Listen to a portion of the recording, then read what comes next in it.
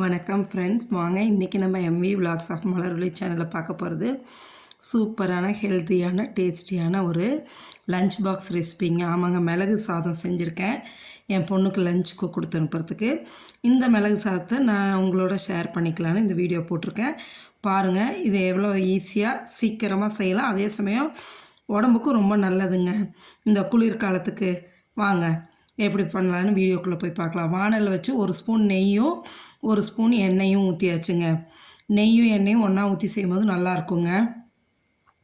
காஞ்சதும் கடுகு போட்டுருங்க. எண்ணெய் காஞ்சதும் கடுகு போட்டு, கடுகு பொரிஞ்சதும் ஒரு ஸ்பூன் ஜீரகமும் போட்டுருங்க.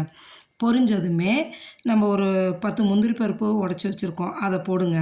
அந்த முந்திரி பருப்பு லைட்டாக கலர் சேஞ்ச் ஆகுமே 10-12 வெள்ளைப்பூண்டு உரித்து பொடியாக நறுக்கி வச்சுருக்கேங்க. அந்த பூண்டு போட்டு வதக்கிடலாங்க. அந்த நெய்யில் பூண்டு வதங்கி வரும்போது அந்த அரோமா பாருங்கள், அந்த வாசனை வருமே, அவ்வளோ நல்லாயிருக்குங்க. பூண்டு பல் முழுசாக போட்டால் பிள்ளைங்க பருக்கி எடுத்து வச்சுருவாங்க. இந்தமாதிரி பொடியாக நறுக்கி போட்டோன்னு வைங்களேன், சாதத்தோடு சாப்பிட்டுடுவாங்க. அதனால் இந்தமாரி போட்டு நல்லா வதக்கிடுங்க. இந்த பூண்டு கலர் சேஞ்ச் ஆகணும். நல்லா வதங்கினதுக்கு அப்புறமா நல்லா பெரிய வெங்காயம் ஒன்று நறுக்கி வச்சுருக்கிறதையும் எடுத்து போட்டு வதக்கலாங்க. நல்லா வதங்கிருச்சுன்னு வைங்களேன். சிம்பிளான ரெசிபி தாங்க, சீக்கிரம் செஞ்சிடலாம். ஆனால் உடம்புக்கு அவ்வளோ நல்லதுங்க. மிளகு பொறுத்த வரைக்குமே நல்லது. ஏன்னு கேட்டிங்களா, இந்த குளிர்காலத்தில் இனிமேல் சளி பிடிக்கும், தொண்டை கரக்கரப்பு எல்லாமே இதாகுங்க. அதுக்கு இந்தமாரி செஞ்சு கொடுத்துடலாம், நல்லதுங்க உடம்புக்கு. இப்போ பாருங்கள், நல்லா வெங்காயத்தையும் போட்டு நல்லா வதக்கி எடுத்துருங்க.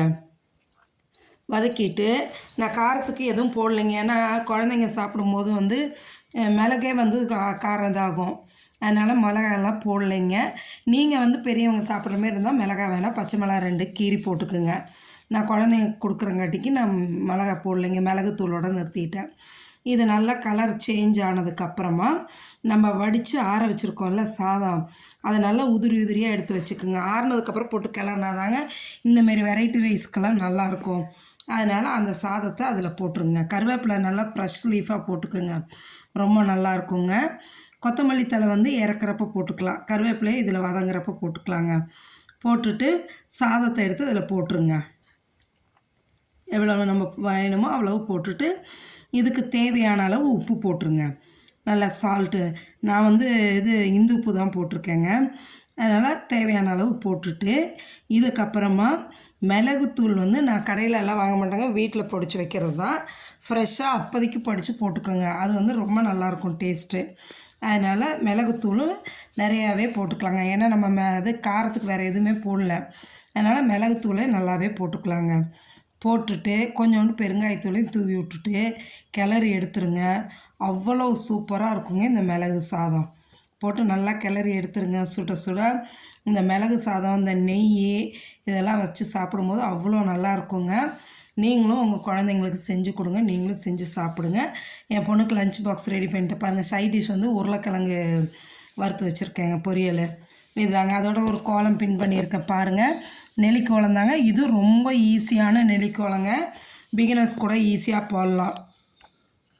அப்படி ஒரு பக்கம் மட்டும் நான் பென்சிலில் போட்டு காமிச்சிட்டு அப்படியே கலர் பண்ணிட்டேன் பாருங்கள்.